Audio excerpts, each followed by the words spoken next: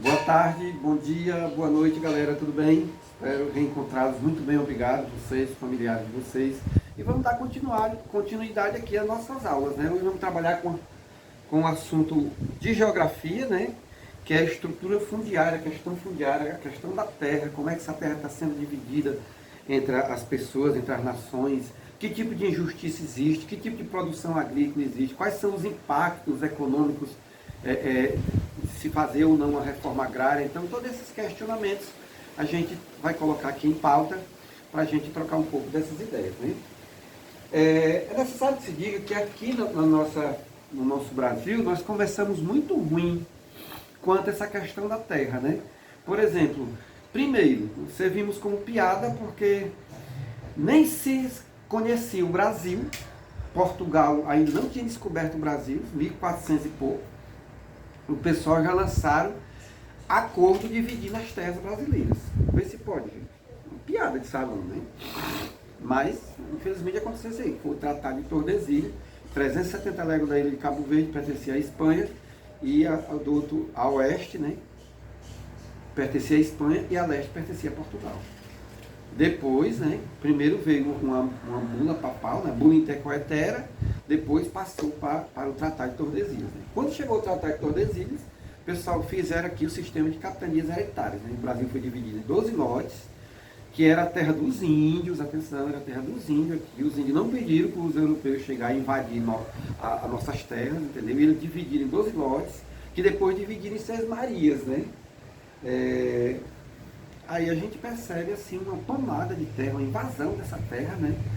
E que com o passar do tempo os senhores brancos, né, as pessoas ricas de Portugal, foi passando de pai para filho, né? Essa sucessão de herança hoje, você sabe que se seu pai tiver terra, certamente você vai herdar, né?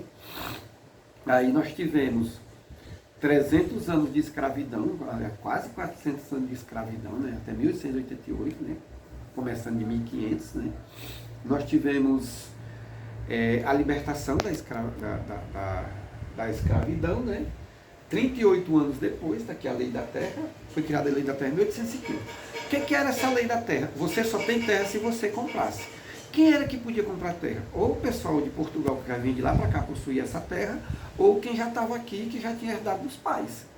E os negros e os índios? Não, os índios que se transformaram em miscigenados, os negros se transformaram em quilombolas, esse pessoal quando eles foram libertos, que não teve de liberdade nada, né?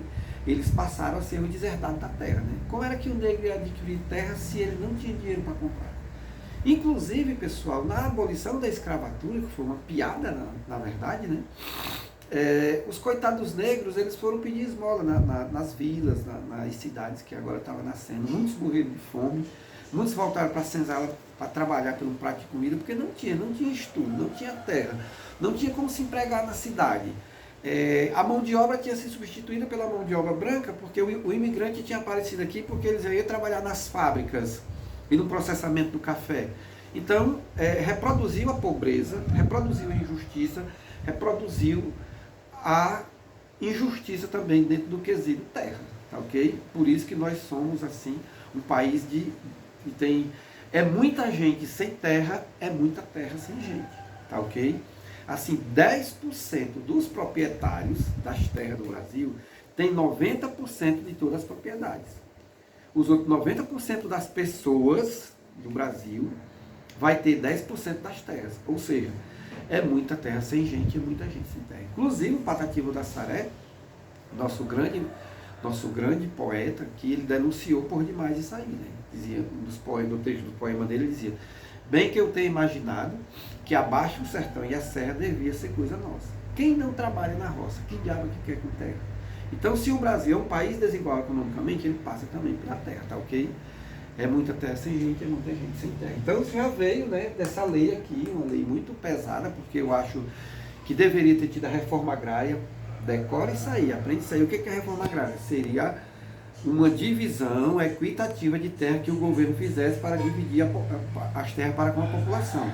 Isso, pessoal, eliminaria o desemprego, baratearia os alimentos, não faria com que a cidade ficasse inchada. Um detalhe: todos os países ricos do planeta começaram fazendo a sua reforma agrária, inclusive os Estados Unidos da América 1862, perto dessa data aqui, ele fez o Act Umestig. O que é o Act Umestig, né? Um documento que ele foi dividir essa terra para os colonos. O governo dividiu a terra para os colonos. Aqui não. Terra significou ter riqueza, ter bens, ter posse. Não significou um objeto de uso que pudesse produzir alimento para a população, gerar riqueza para a população e também empregar a população. Aí você pode me perguntar, mas professor, nós temos um agronegócio bem desenvolvido, tudo na soja, na carne do boi, no frango, etc. Sim, mas grandes propriedades de terra tomadas, certo? E que de maneira injusta oprime a população mais pobre, e está vindo mais opressão ainda. Por quê? Porque a terra e a água que servia para aguar as roças de cana-de-açúcar, de mandioca, batata doce, milho e feijão, vai servir para aguar mamona, para aguar semente de girassol, para fazer o biocombustível no futuro. Olha o que nos aguarda, né? Aí num ato de injustiça. Então a gente tem, por demais, que o campo daqui é um espaço mais ou menos de injustiça social, tá bom? Então passou pelas Seis Marias, né? Aí só adquirir a terras devolutas. Aprende aí, terras devolutas são terras do governo. Se as terras são do governo, automaticamente é do povo. O governo não tinha que vender terra nenhuma para proprietário particular, coisa nenhuma. Deveria fazer a reforma agrária, coisa que não foi feita. Aí o que acontece? Desemprego no campo, analfabetismo no campo, muitos favelados, muitos campesinos migraram sem estudo, sem nada, para comprar aquele grande cinturão de miséria, de pobreza, de injustiça social que tem as nossas grandes cidades. Que essa mão de obra foi uma mão de obra perdida dentro do contexto campo, tá ok? Por ausência de políticas públicas que abarcasse o sistema de reforma agrária. Aqui o governo não podia doar essas terras, né? As terras recebiam o título de propriedade, era uma terra sua, era um bem seu, né? Era complicado, né? Aí excluía os ex-escravos, aqui, conforme nós falamos, né? E os imigrantes que chegavam aqui, né? Que também foi um público que passou por um processo de injustiça muito grande, né? Uma situação muito grande de abandono social, né? Inclusive, pessoal, o governo italiano, o governo japonês, muitas vezes repatriaram seus imigrantes, porque teve assim metade do século XIX, né, com assim, explosão do café e consequentemente da indústria, foi incentivado por demais essa imigração para as terras brasílias, né? Só que tinha um detalhe, né? Esse pessoal também via muita guerra, Japão, guerras que demoravam 50 anos, 30 anos, na Europa também via instabilidade muito grande, e esse pessoal tinha o Brasil como um sonho dourado, né? Você via o Brasil enriquecer, só que aqui começou as injustiças. Primeiro, com a abolição da escravatura, né, que deixou o negro a mercê. Segundo, com o coitado dos imigrantes, que também não tinha nada, porque ele foi excluído da terra.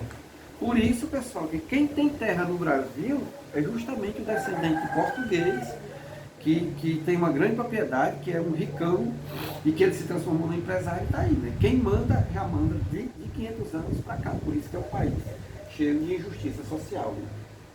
Aí, em 1930 veio a lei da desapropriação da terra, né? Porque a lei da desapropriação da terra era se o governo pudesse comprar essa terra para doar para os pobres e tudo, coisa que não aconteceu tanto, né? Foi uma tentativa de reforma agrária, mas não houve essa situação, né? Em 1946, consideraram a função social da terra, que a terra não tem como ser, de certa forma, um bem, ela tinha que ter uma função social. Qual é a função social da terra, meu povo? Produzir riqueza, produzir os bens, o feijão, o milho, o arroz, empregar, fazer moradia para as pessoas e tudo. Portanto, galera, fazendo com que a terra tivesse esse bem social, a terra deixava de ser meramente uma mercadoria. Então teve uma lei na Constituição de 88 que o pessoal já forçava aquela pessoa, entenda bem, forçava já aquela pessoa produzir naquela terra, senão o governo podia desapropriar. O que significa o governo desapropriar? Ele comprar de maneira forçada essa terra. E o que o governo vai fazer com essa terra? Ele vai ter que distribuir para os pobres. E isso é chamado de quê? A reforma agrária, que foi um movimento de 1964, que o pessoal já começava, né, a fazer protesto, a forçar o governo, forçar os prefeitos, governadores e presidente a dividir essa terra para que os pobres, para que as nações, as famílias passasse a trabalhar nessa terra e aí desenvolver a riqueza. Eu queria chamar a atenção para uma coisa. Foram os países de primeiro mundo, os países ricos, que começaram primeiro fazendo uma reforma agrária, como eu citei agora anteriormente, né? Então, esse movimento da reforma agrária, ele foi inspirado assim, pelo movimento da Igreja Católica, que foi a teologia da libertação, né?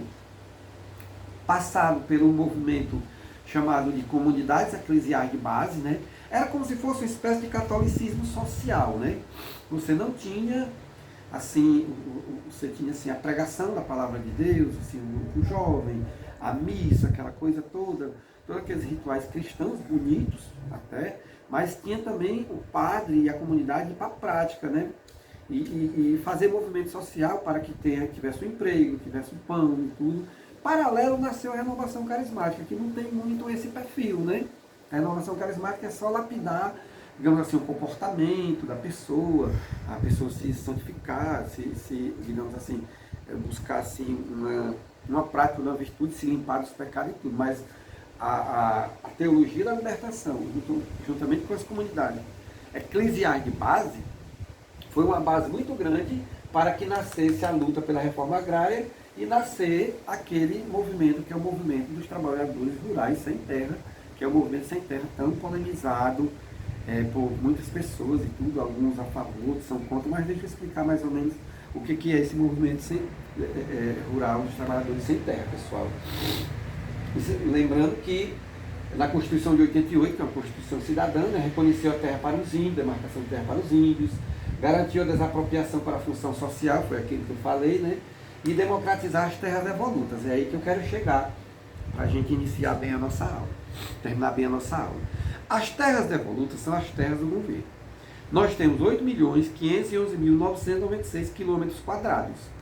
Boa parte dessas terras não estão ainda legalizadas. Você legaliza a terra quando você vai num cartório, você faz o documento dela, que nós chamamos uso capião da terra, né?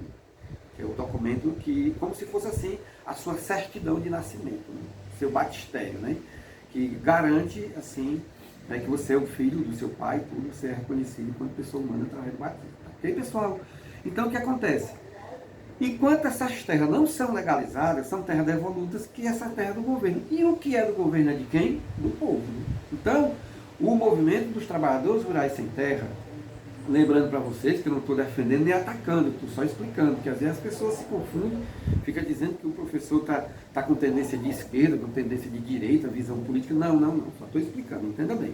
Então, o movimento dos sem terra é um movimento social que ele vai em busca dessas terras devolutas, que essas terras devolutas, que é do governo, aparece um espertinho no meio da política brasileira chamado de grileiro. O grileiro, ele frauda a terra.